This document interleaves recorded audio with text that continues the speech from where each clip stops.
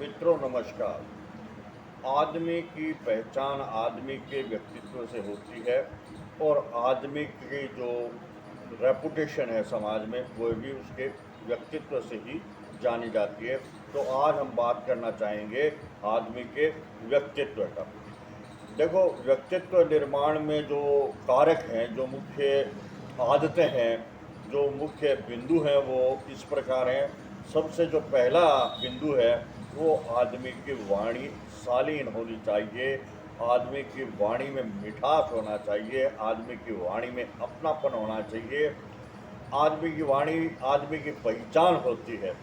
आदमी की वाणी, आदमी की भाषा जितनी सुंदर होगी, जितनी मिठास भरी होगी, जितनी शालीन होगी, जितनी सभ्य होगी और जितनी मान सम्मान करने वाली होगी, उस व्यक्ति का व्यक्तित्व भी उतना ही उच्च माना जाएगा।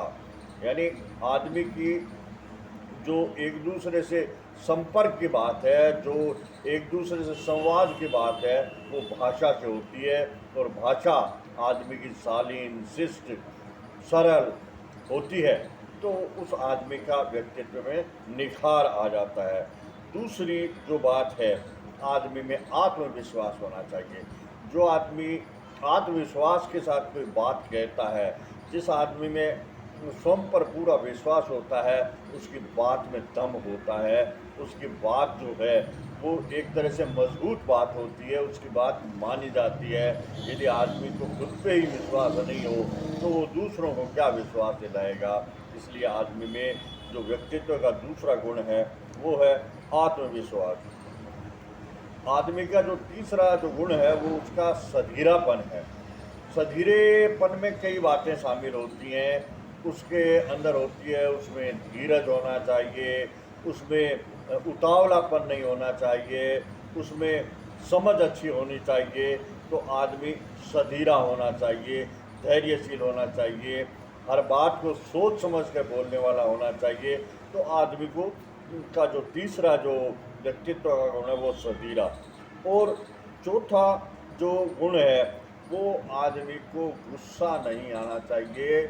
आदमी में यदि गुस्सा आता है, आदमी यदि बात बात पे तुनक मिजाजी है, तो वो उसके व्यक्तित्व का जो है वो माइनस पॉइंट है, धनात्मक पॉइंट है।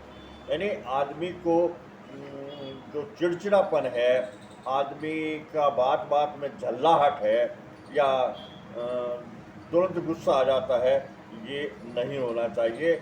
इससे आपके व्यक्तित्व में निखार के बजाय कमी आएगी। इसलिए आदमी को गुस्से से दूर रहना चाहिए। जो उसका जो पांचवा गुण है वो है कि निर्णय की जो क्षमता है वो ऐसी होनी चाहिए कि तुरंत जल्दबाजी नहीं, हर बात को सोचे समझे और उसके बाद में उस पर निर्णय करे। जल्दबाजी का निर्णय कभी भी सही नहीं होता। इसलिए सोच समझकर और बड़े धैर्यपूर्ण तरीके से वो जो निर्णय किया जाता है वो उसका जो निर्णय है वो सही होता है। इसलिए उसके निर्णय की क्षमता भी होनी चाहिए। और उसका जो छठा गुण है वो है धैर्य। आदमी को धैर्यशील होना चाहिए। धैर्य आदमी के व्यक्तित्व का बहुत बड़ा गुण है। धैर्य से मतलब है उसको हर काम में धीरज रखना चाहिए, हर बात में समझ होनी चाहिए, उतावलापन नहीं होना चाहिए और सोच समझ कर कोई काम करना चाहिए। इसी को धीरज कहते हैं। तो आदमी को धैर्यशील भी होना चाहिए। और उसका जो सातवां गुण है वो ये होना चाहिए कि बड़े और छोटे कोई भी हो उसको सम्मान देना, उसको भाषा में सम्मान देना, बोलने में सम्मान देना, उसकी बात का ध्यान से सुनना और यदि वाजिब बात है तो उसको मानना और वाजिब नहीं है तो उसको समझाना कि ये बात ऐसे है। ये भी आदमी का ये गुण है और वो उसके व्यक्तित्व में को बढ़ाता है।